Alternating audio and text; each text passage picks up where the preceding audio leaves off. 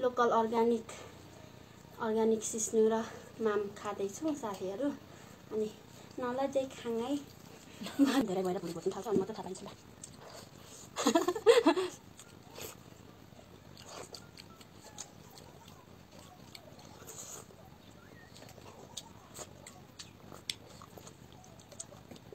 Organic food भनेको चाहिँ यसलाई भनिन्छ है साथीहरू, भन्दै गर्नु।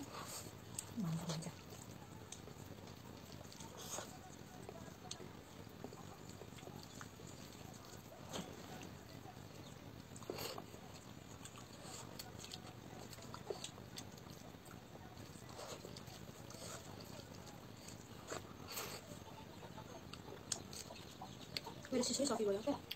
सिस्नु खाए पछाडि हात चाट्नुको मजै बेग्लै छ नि त। ल साथीहरू, खाइसक्यौँ। दिउँसोको खाना हो यो चाहिँ हाम्रो। अनि अब फेरि आफ्नो आफ्नो कामतिर लाग्नुपर्ने छ। अनि परेन काम गर्नु।